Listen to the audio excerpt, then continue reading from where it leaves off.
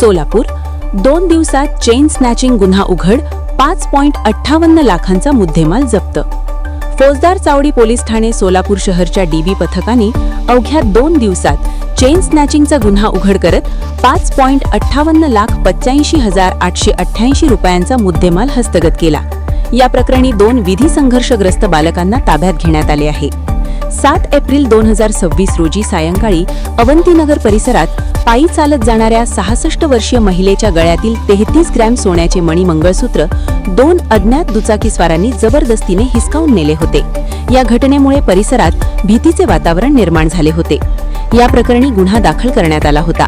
घटनेचे गांभीर्य लक्षात घेऊन सहाय्यक पोलीस आयुक्त प्रताप पोमण व वरिष्ठ पोलीस निरीक्षक महादेव राऊत यांच्या मार्गदर्शनाखाली डीबी पथकाने तपास सुरू केला. सीसीटीव्ही फुटेज व तांत्रिक विश्लेषणाच्या आधारे आरोपींचा शोध घेत बीड येथे कारवाई करण्यात आली. चौकशीत दोन्ही बालकांनी व्यसनासाठी पैशांची गरज असल्याने गुन्हा केल्याची कबुली दिली. त्यांच्या ताब्यातून चोरीस गेलेले मंगळसूत्र, गुन्ह्यात वापरलेली पल्सर मोटरसायकल आणि 2 मोबाईल फोन असा एकूण 5.58 लाखांचा मुद्देमाल जप्त करण्यात आला.